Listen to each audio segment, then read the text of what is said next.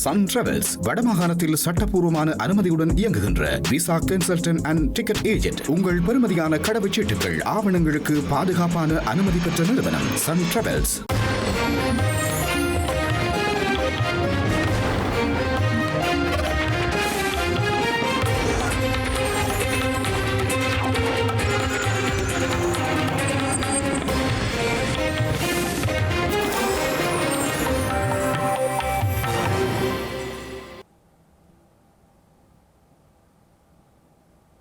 வணக்கம். இது ஐபிசி தமிழின் மதிய நேர பிரதான செய்திகள். முதலில் தலைப்புச் செய்திகள். இடருற்ற உறவுகளுக்கு உதவிக்கரம் கொடுப்போம். ஐபிசி தமிழ் உறவு பாலத்தின் நிவாரணப் பணி இன்று கிழக்கில் முன்னெடுப்பு. உதவிக்கரம் தரும் இந்தியா கடல் வளங்களை சூறையாடுவதாக ஸ்ரீலங்கா கடற்தொழில் அமைச்சர் குற்றச்சாட்டு. அத்துமீறலை தடுக்க விசேட திட்டம். டிட்வாவினால் பாரிய சரிவை சந்தித்த தேயிலை உற்பத்தி. வீழ்ச்சிக்கு இலங்கையில் வளம் இல்லை எனவும் வர்த்தகர்கள் கவலை. மோடி புட்டினின் சந்திப்புக்கும் இந்திய அமெரிக்க உறவுக்கும் சிக்கல் இல்லை என்கிறார் வெளியுறவு அமைச்சர். பொருளாதார நலன்களை பாதுகாப்பதிலும் இந்தியா கவனம். உக்ரைன் அமைதி திட்ட பேச்சுவார்த்தையில் முன்னேற்றம். அமெரிக்காவுடன் தொடர்ந்து பணியாற்றுவது உறுதி என்கிறார் ஜெலன்ஸ்கி. இனி தொடர்வது விரிவான செய்திகள். இலங்கையில் இன்றில் இருந்து எதிர்வரும் 14ஆம் தேதி வரை பல பகுதிகளுக்கும் மிதமானது முதல் கனமானது வரை மழை கிடைக்கும் வாய்ப்புள்ளதாக யாழ்ப்பாண பல்கலைக்கழகத்தின் புவியத்துறை பேராசிரியரும் சான்றுப்படுத்தப்பட்ட வானொலியாளருமான நாகமுத்து பிரதீபராஜா தெரிவித்துள்ளார். குறிப்பாக மலையக பகுதி மக்கள் மண் சரிவு மற்றும் வெள்ள அனர்த்தங்களில் இருந்து பாதுகாப்பான இடங்களில் இருப்பது சிறந்தது எனவும் அவர் குறிப்பிட்டுள்ளார். அத்துடன் இந்த மாத இறுதியில் வங்காள விரிகுடாவில் 2 காற்று சுழற்சிகள் உருவாகி இலங்கை அருகே நிலை கொள்ளும் வாய்ப்புள்ளதாகவும் பிரதீபராஜா ஊகம் தெரிவித்துள்ளார். டிட்வா புயலால் பாதிக்கப்பட்டுள்ள மக்களுக்கான நிவாரண உதவிகள் தன்னார்வலர்கள் மற்றும் சமூக தொண்டு நிறுவனங்கள் என பலர் இன்று வரை வழங்கி வருகின்றனர். அந்த வகையில் பாதிக்கப்பட்டுள்ள மக்களுக்காக ஐபிசி தமிழ் உறவு பாலம் தொடர்ந்து நிவாரணப் பணியை முன்னெடுத்து வருகிறது. டிட்வா புயலினால் பாதிக்கப்பட்டுள்ள மக்களுக்காக ஐபிசி தமிழ் உறவு பாலம் நிவாரணப் பணியை முன்னெடுத்துள்ளது. மக்களுக்காக ஐபிசி தமிழ் உறவுகளின் உதவிக்கரத்தில் இடருற்ற உறவுகளுக்காக இந்த பணியை முன்னெடுத்துள்ளது. குறித்த பணியில் உறவுகளுக்கு உதவிக்கரம் கொடுக்க 07713773006 என்ற தாயக கலையக தொலைபேசி இலக்கத்திற்கு தொடர்பு கொள்ள முடியும் எனவும் தெரிவிக்கப்பட்டுள்ளது. இந்த நிலையில் முல்லைத்தீவு, மன்னார் மற்றும் திருகோணமலை பகுதியில் நிவாரண உதவி வழங்கப்பட்டுள்ளதுடன் இன்றைய தினம் அம்பாறை பகுதியில் நிவாரணப் பணிகள் முன்னெடுக்கப்பட்டுள்ளமையும் குறிப்பிடத்தக்கது. இந்திய மீனவர்களின் அத்துமீறலை கட்டுப்படுத்த மீனவர்களும் அமைச்சும் இணைந்து விசேட பொறிமுறை ஒன்றை முன்னெடுக்க திட்டமிட்டுள்ளதாக கடற்றொழில் அமைச்சர் ராமலிங்கம் சந்திரசேகர் தெரிவித்துள்ளார். நாட்டில் ஒரு பெரும் வெள்ள அனர்த்தம் நிகழ்ந்திருக்கின்றது. இந்த அனர்த்தத்தினால் மீனவர்களும் மோசமாக பாதிக்கப்பட்டிருப்பதாகவும் பாதிக்கப்பட்ட மக்களுக்கு இந்தியா ஒருபுறம் மனிதாபிமான உதவிகளை வழங்கிக் கொண்டிருந்தாலும் அது ஆறுதலை தருவதாகவும் அவர் குறிப்பிட்டுள்ளார். ஆனால் மறுபுறத்தில் இடர் நிலைமைகளையும் கவனத்திற்கொள்ளாது இந்திய மீனவர்கள் தொடர்ச்சியாக கடற்பரப்புக்குள் பிரவேசித்து கடல் வளங்களை சூறையாடிச் செல்வது நியாயமான ஒரு செயற்பாடு அல்ல எனவும் கண்டனம் வெளியிட்டுள்ளார். இதுகுறித்து தாங்கள் பல தடவைகள் பல தரப்புகளுடனும் பேசியும் ஆக்கப்பூர்வமான இந்த நடவடிக்கையும் எடுக்கப்பட்டதாக இல்லை எனவும் மாறாக இந்திய மீனவர்களின் அத்துமீறல் அதிகரித்துக் கொண்டே போவதாகவும் சுட்டிக்காட்டியுள்ளார். தொப்புள் கொடி உறவுகள் என்கிறார்கள். ஆனால் அந்த தொப்புள் கொடி உறவுகளின் வளங்களை அள்ளிச் செல்வது சரியானதா? தமிழக முதல்வர் ஸ்டாலின் இந்த விடயத்தில் பொறுப்புடன் நடந்து தமது மீனவர்களின் வாழ்வாதாரத்தை பாதுகாக்க வேண்டும் எனவும் கோரிக்கை விடுத்துள்ளார். இவ்வாறு இந்திய மீனவர்களின் அத்துமீறல் தொடரும் பட்சத்தில் அதனை தடுப்பதற்கு மீனவர்களும் அமைச்சும் இணைந்து விசேட திட்டம் ஒன்றை முன்னெடுக்க உள்ளதாகவும் அவர் மேலும் தெரிவித்தார். இலங்கையில் ஏற்பட்ட இயற்கை பேரழிவை தொடர்ந்து தேயிலை தொழில் கடுமையாக பாதிக்கப்பட்டுள்ளதாக கொழும்பு தேயிலை வர்த்தகர்கள் சங்கத்தின் அதிகாரி லுசாந்த டி சில்வா தெரிவித்துள்ளார். சேதமடைந்த இயந்திரங்களை பழுது பார்க்க வெளிநாடுகளுக்கு அனுப்ப வேண்டியிருப்பதாலும் வீதிகளில் ஏற்பட்ட சேதம் தேயிலை ஏற்றுமதியை பாதிக்கக்கூடும் எனவும் தெரிவிக்கப்பட்டுள்ளது. இந்த நிலையில் தேயிலை உற்பத்தி இயல்பு நிலைக்கு திரும்ப பல மாதங்கள் ஆகலாம் என்றும் கொழும்பு தேயிலை வர்த்தகர்கள் சங்கத்தின் அதிகாரி லுசாந்த டி சில்வா தெரிவித்துள்ளார். இலங்கையில் தேயிலை ஏற்றுமதி செய்யும் 30 நிறுவனங்கள் உள்ளன. இதன் ஏற்றுமதி ஆண்டிற்கு 110 பில்லியன் மதிப்புடைய தேயிலையை ஏற்றுமதி செய்வதாகவும் அவர் சுட்டிக்காட்டியுள்ளார். இந்த நிலையில் அந்த நிறுவனங்கள் மீண்டும் செயற்பட 2 அல்லது 3 வாரங்கள் ஆகலாம் எனவும் இதன் காரணமாக தேயிலை தொழில் இழப்புகளை சந்திக்கும் என்றும் அவர் குறிப்பிட்டுள்ளார். சேதமடைந்த இயந்திரங்களை மீட்டெடுக்க இலங்கையில் தொழில்நுட்பங்கள் இல்லை, எனவே அவற்றை வெளிநாடுகளுக்கு அனுப்ப வேண்டியிருக்கும் என்றும் துசாந்த டி சில்வா மேலும் தெரிவித்துள்ளார்.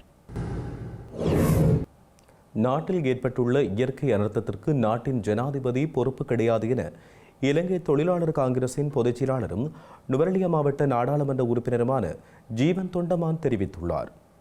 பாதிக்கப்பட்ட மக்களை மீட்டெடுக்க அனைவரும் ஒத்துழைப்பு வழங்க வேண்டும் எனவும் அவர் குறிப்பிட்டுள்ளார். மஸ்கலியா சாமிமலை பியாலோன் தோட்டப்பகுதியில் மண் சரிவு காரணமாக பாதிக்கப்பட்டு அங்குள்ள பாடசாலையில் தற்காலிகமாக தங்க வைக்கப்பட்டுள்ள 47 குடும்பங்களைச் சேர்ந்த 132 பேரை பார்வையிட்டதன் பின்னர் அவர் இதனை குறிப்பிட்டுள்ளார். மலையக பெருந்தோட்ட பகுதிகளில் மண் சரிவு மற்றும் வெள்ள அனர்த்தத்தினால் பாதிக்கப்பட்டு முகாம்களில் தங்க வைக்கப்பட்டுள்ள மக்களின் சுகாதாரம் தொடர்பாகவும் கவனம் செலுத்த வேண்டும் எனவும் நாடாளுமன்ற உறுப்பினர் ஜீவன் தொண்டமான் மேலும் குறிப்பிட்டார். பேரிடர் நிலைமையில் ஏற்பட்ட பாதிப்புகளில் இலங்கை மீண்டு வருவதற்கு பல நாடுகள் உதவிக்கரம் கொடுத்து வருகின்றன. இந்த நிலையில் அண்டை நாடான இந்தியா தொடர்ந்து நிவாரணப் பணிகளை முன்னெடுத்து வருகிறது. இந்தியாவிடமிருந்து அனுப்பப்பட்ட 9வது மனிதாபிமான உதவிப் பொருட்கள் நேற்று பிற்பகல் கட்டுநாயக்க பண்டாரநாயக்க சர்வதேச விமான நிலையத்தை சென்றடைந்துள்ளன. அவசர உதவியின் ஒரு பகுதியாக இந்த சிறப்பு விமானம் 65 மெட்ரிக் டன் எடையுடைய 110 அடி நீள பெய்லி பாலத்தையும் ஒரு ஜேசிபி பெக்கோ லோடர் இயந்திரத்தையும் ஏற்றிச் சென்றுள்ளது. இந்த பொதியுடன் இந்திய ராணுவ பொறியியலாளர்கள் படையைச் சேர்ந்து 13 பொறியியலாளர்கள் உதவி வழங்குவதற்காக வருகை தந்துள்ளதாக தெரிவிக்கப்பட்டுள்ளது. இந்த நிவாரணப் பொதியை அதிகாரப்பூர்வமாக பெற்றுக்கொள்வதற்கு இந்திய உயர்ஸ்தானிகர அதிகாரிகள் மற்றும் இலங்கை ராணுவ பொறியியலாளர்கள் படையைச் சேர்ந்த அதிகாரிகள் குழு ஒன்று விமான நிலையத்தில் பிரசன்னமாகியிருந்தமை குறிப்பிடத்தக்கது. இதேவேளை அனர்த்தத்தினால் பாதிக்கப்பட்ட மக்களுக்காக மியன்மாரில் இருந்து நிவாரணப் பொருட்கள் அடங்கிய விமானம் இலங்கையை சென்றடைந்தது. இவற்றில் அத்தியாவசிய மற்றும் மருத்துவப் பொருட்கள் என்பன அடங்கும். இதனை மியன்மாருக்கான இலங்கை தூதர் மார்லர்டான் தைக், மியன்மார் அரசாங்கத்தின் வெளியுறவு அமைச்சகத்தின் இயக்குநர் ஜெனரல் சாவ் பியோவின் மற்றும் அரசாங்க பிரதிநிதிகள் குழு ஆகியோர் இந்த ஒப்படைப்பு நிகழ்வில் கலந்து கொண்டனர். இலங்கை விமானப்படையின் திட்டமிடல் பணிப்பாளர் air vice marshal Desapriya Silva மற்றும் விமானப்படை அதிகாரிகளும் கலந்து கொண்டனர். யாழில் நேற்றிரவு இடம்பெற்ற இடிமின்னல் தாக்கத்தினால் தேவாலயம் ஒன்று பகுதியளவில் சேதமடைந்துள்ளதாக யாழ் மாவட்ட அனர்த்த முகாமைத்துவ பிரிவின் பிரதி பணிப்பாளர் TN சூரியராஜா தெரிவித்துள்ளார்.